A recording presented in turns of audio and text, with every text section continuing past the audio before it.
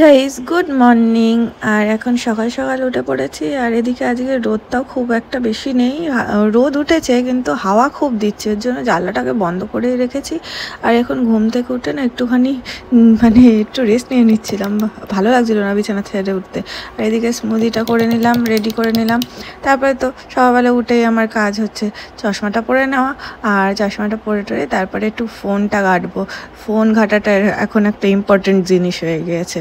আর এখন চশমা টশমা পরে নিয়েছি, এবার খাবো হচ্ছে স্মুদিটা। আমার গলাটার অবস্থা খারাপ দেখছো। আর এই চশমাটা পরে আমাকে কেমন লাগছে তোমরা একটু জানিও। আর এই ব্রণটা না আমার পিছনেই ছাড়ছে না, একদম সেই পুজোর থেকে যে সেই পিছনে পড়েছে এখনও পর্যন্ত ছাড়ছে না। তো চলো ঝটপট করে খেয়ে। আর ওদিকে হচ্ছে আমার পাপানো ঘুমোচ্ছে, একদম গভীর ঘুম। আর ওর বাবি অফিসে চলে গিয়েছে। তো আগে ছেলেকে তোলা যাক। আর ওকে তোলাটা একটা একখানা বড় কাজের মধ্যে পড়ে, কেননা উঠতেই চায় না কিছুতেই। চলো দেখি তুলি ওকে।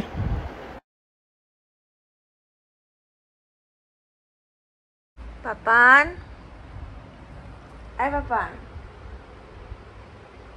Papan, Papan, get up. পাপান ওঠো, গুড মর্নিং। আয় পাপান, ওঠো, ওঠো না পাপা, ওঠো। আর এইদিকে দেখো আর একজনা খুব ভালো একটা কাজ করে রেখে দিয়েছে, এমন একটা লাঠির বাড়ি দিয়েছে জানলায়, তা ওইখানটায় ওই দেখো ভেঙেই দিয়েছে পুরো। আর সাইড দিয়ে পুরো ক্র্যাক হয়ে গিয়েছে, মানে জিনিসটা খুব রিস্কের একটা ব্যাপার হয়ে গিয়েছে। ফাইনালি এতক্ষণ ধরে ডাকার পরে এই যে এখন মহারাজ উঠেছেন। Good morning. ও বাবা, মুখ দিয়ে কথাই বেরোচ্ছে না, আমি শুনে যাই। খাবারটা তো ঠান্ডা হয়ে যাচ্ছে, খাবারটা খেয়ে নাও, ওঠো। না বললে হবে না, খাবার খেতে হবে। ওঠো ওঠো, উঠে পড়ো, কেমন, ওঠো। তারপরে আমি এখানে বিছানা ভালো করে গুছিয়েও নিয়েছি। আর এখানে দেখো এই কার্পেটটা পাতা ছিল না, এখানে কালকে ছেলে হচ্ছে বমি করে দিয়েছে, ওর জন্য ওটা আবার কেচেও দিয়েছি। আর এদিকে দুপুরবেলা খাওয়াটাও হয়ে গিয়েছে। আর এখানে আমি একটু ফল টল নিয়ে বসে পড়েছি। আর ছেলেকে দিয়ে দিলাম বেদানা, ও হচ্ছে বেদানাটা খেতে খুব ভালোবাসে।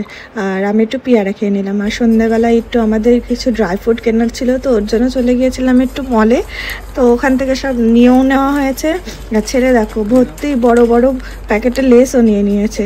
ও সারাদিন যে কত প্যাকেট লেস খায় তার নেই ঠিক, এত বারণ করা হয়, কুরকুরে লেস তো খাবেই মাস্ট।